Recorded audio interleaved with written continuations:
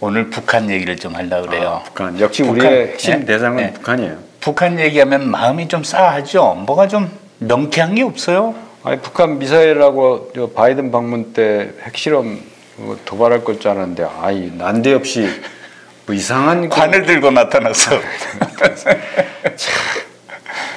그 운구 행렬의 앞에 선 사진부터 탁 내보냈어요. 이게 전혀 예상하지 못했던 반응이에요. 그 세계의 이목이 서울과 한반도로 집중될 때 이거 핵하고 핵실험이나 미사일이 아니고 미사일을 들고 나타난 게 아니고 관을 들고 나타났어요.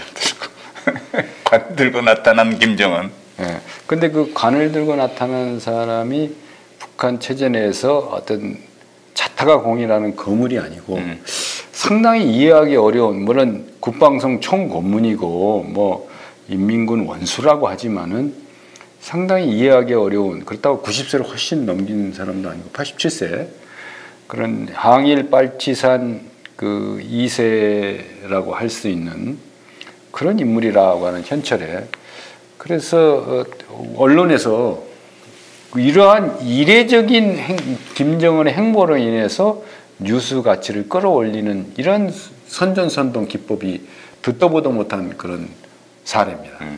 자기 아버지인 김정일이 사망했을 때도 그 운구차 소송 그 운구 차량을 7명이 그 호위무사처럼 이렇게 갔던 그런 기억이 있는데, 아, 자기 휘하에 있는 그 현철애가 죽었다 그래서 발인식, 연결식뿐만 아니고 매장 현장에서 시삽도 아니고 손으로 흙을 뿌리고 또 울고 눈물을 훔치고 이런 게 노동신문 일면뿐만 아니고 조선중앙TV의 화면에까지 그대로 드러내는 그 의도가 뭐냐라는 관심을 갖지 않을 수 없는 그 이례적인 행태예요. 현철애라고 하는 인민군 원수, 이 사람은 김정일이 군부를 장악하는 데 핵심적 역할을 했다고 보도가 있습니다. 김정일의 남자로 칭해졌고요. 김정은이 후계자 수업을 하는데 옆에서 도왔다고 합니다. 그리고 이제 군사 문제를 이해하는데 교육을 좀 시켜준 가정교사 역할을 한 것이죠. 그러니까 김정은한테는 고마운 사람에는 틀림없으나 과잉 반응을 할 대상은 아니었다고 생각이 되는데 의문이 드는 거예요. 너무 남의 장례를 비하하는 것 같아서 안 됐지만은 그 과외 선생 사망했다고 갑자기 충격적인 사망도 그렇지. 아니고 병사한 과외 선생 사망의 운구 연결식 그런 이런 것을 봤을 때 상당히 이례적인 거다. 저는 이런 해석을 해요. 아, 이것이 북한 군부의 충성심을 유도하기 위한, 물론 그동안에 많은 그 북한의 그 혁명 2세라든지 그 여러 가지 고위직에 있었던 그 사람들이 사망을 했을 때 대대적인 그 장례식을 했던 게 많은데, 이것이 모든 일관된 메시지는 뭐냐면 지금 나한테 충성하면 귀하의 죽음은 절대 개죽음이나 헛된 죽음이 되지 않는다.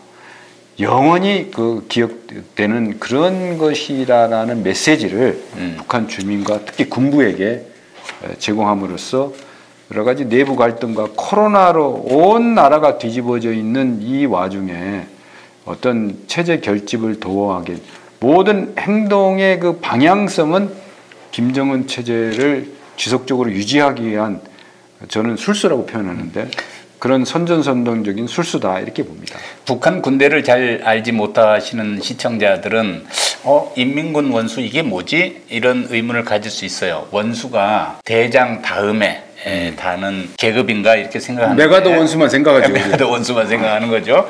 그런데 북한의 계급제는 조금 특별합니다. 위관급 4단계로 돼 있어. 우리하고 좀 다르게 소위, 중위, 상위, 대위, 그리고 그 다음에 좌관급입니다. 우리의 영관급에 해당되는 소좌, 중좌, 상좌, 대좌 이렇게 좌관급이 있고, 그 다음에 이제 장성급에 해당하는 소장, 중장, 상장, 대장 이 4개의 장군 계급이 있습니다. 그 다음 차수, 인민원수, 그리고 공화국 원수, 대원수. 대원수. 이 4계급의 원수 계급을 갖고 있어요. 그 중에 차수 다음에 인민군 원수. 현철애가 인민군 원수 계급을 갖고 있습니다. 그 다음에 2계급은 매우 특수한 계급입니다. 공화국 원수와 대원수는 특수 신분만 가질 수 있습니다. 김일성, 김정일, 김정은. 김정은이 이 공화국 원수였는데 출발이 그다음에 대원수가 됐어요. 그러니까 우리 그 6.25나 그런 적개심을 불러일으키는 장병들도 이렇게 철천지 원수라는 얘기가 있잖아요. 그러니까 철천지 원수를 물리쳐야 되겠네 결국은. 그렇게 되나요? 예. 뭐 어쨌든 그런 이례적인 이번에 그 행보를 통해서 북한 체제가 왜 저렇게 장례식 그 정보 분석할 때 제일 중요하게 보는 국가장례위원회 명단이거든요. 서열도 거기서 나오고 모든 것이 핵심적인 공개 자료예요. 근데 봉건적인 전통 신앙과 뭐 이런 것도 연결되는데 민속 신앙하고 장례를 성대하게 베풀어 준다는 것은 그 여러 가지 상징적인 의미가 있어요. 그런 측면에서 아무리 코로나라고 하더라도 코로나 와중에도 그 김정은이 마스크를 벗어 던지고 눈물까지 훔치는 이런 연출을 했다는 거 가볍게 봐서는 안 돼. 이런 연출을 통해서 이루려고 하는 목적이 이제 절박한 목표가 있었을 거예요. 제가 생각할 때는 지난 2012년 권력을 장악하고 지금 이제 10년 동안 북한을 운영해 왔는데 김정은은 뚜렷한 성과를 못 내고 있습니다. 이제 조바심이 좀 나는 단계예요. 군사적으로 자꾸 도발을 하면서 주목을 해주기를 바라죠. 그런데 인민들의 경제 상황은 지금 피폐해 있고 더더욱이 코로나 확산으로 인해서 지금 대공황이 발생할 정도의 상황까지 가고 있는데 민심이 흉흉한 걸 달래려고 하니 무엇인가 상징이 좀 필요했던 그렇죠. 거 아닌가 하는 생각을 합니다. 이런 장례식에 각별한 예우를 함으로써 본인한테 충성을 한 군인들에 대한 예우, 이거는 인민들의 마음을 좀 잡고자 하는 하나의 상징의 정치의 방법이다. 그러니까 미국의 그 북한 한반도 문제점과 빅터 차가 그런 얘기를 했는데 북한의 도발은 상징 조작이 아주 중요한 요소로 작용한다. 그래서 한미 정보 당국에서 이번에 미사일과 핵실험을 걱정을 했는데 그런 추론이 무색할 정도로 관을 긁고 나타난 김정은을 봤을 때 이 현철의 사망 때문에 이게 도발이 딜레이 된 거다라는 측면이 있고 곧 다가오는 이거 6월 12, 11, 12 이때 어간에 싱가포르 샹그리아에서 한미일 국방장관 회담이 열려요. 그렇죠. 예. 이번에 바이든 대통령 올 때는 그 상무장관, 쉽게 말하면 우리는 통상장관이 따라온 거고 그 국방장관은 6월 중순에 이제 이렇게 한미일 그 국방장관 회담이 열릴 걸로서 지금 예정이 돼 있는데 그 빅터 차는 그런 얘기를 했어요.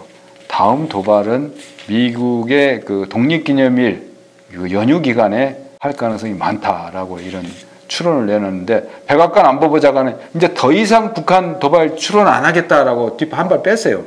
너무 아주 돌출적이고 이례적이니까 허를 찌르는 그런 행태를 보여왔기 때문에 말이죠. 예측 불가능성을 활용을 해서 이제 충격을 주는데 예상할 수 없는 집단, 예측 불허의 도발 이런 것들에 늘 우리는 스탠바이 상태를 유지할 필요가 있다고 생각합니다. 현철의 그 파문이 그 자국 내의 노동신문과 각종 미디어를 통해서도 보도가 되고 확대가 됐지만은 이것이 역시 그 바이든이 추구하는 이른바 전략적 인내를 내세운 한반도 비핵화 문제, 한반도 군사적 긴장을 잘 관리하는 위기 관리는 중요하지만 그렇게 급하지는 않다라는 그 명분과 논리를 제공했다는 측면에서 어떤 측면에서 다양한 해석이 가능하다. 또 군인의 사망과 그거에 대한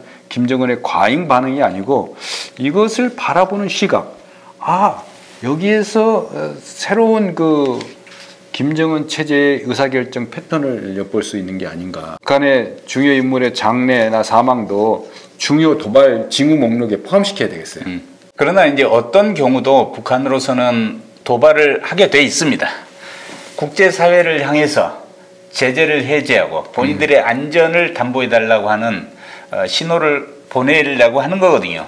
그러니까 도발 준비는 항상 돼 있고 시간의 문제죠. 기회 포착 문제죠. 우리는 항상 긴장의 끈을 놓으면 안 됩니다. 오늘 현철의 사망과 김정은의 행보에 대한 아주 이례적인 국가 최고 존엄이라고 하는 그 초상권이 침해되기만 해도 많은 사람들이 울부짖는 그런 독특한 체제에서 본인 스스로 그 한 노병의 죽음에 대해서 저렇게 과잉 반응하는 저 체제, 아직도 블랙박스 같은 네. 그런 특성이 그 살아 있는 체제네요. 오늘 미사일 대신 관을 들고 나타난 김정은 얘기해 보았습니다. 또 재미난 얘기로 다음 시간에 뵙겠습니다. 시국TV였습니다. 고맙습니다. 감사합니다.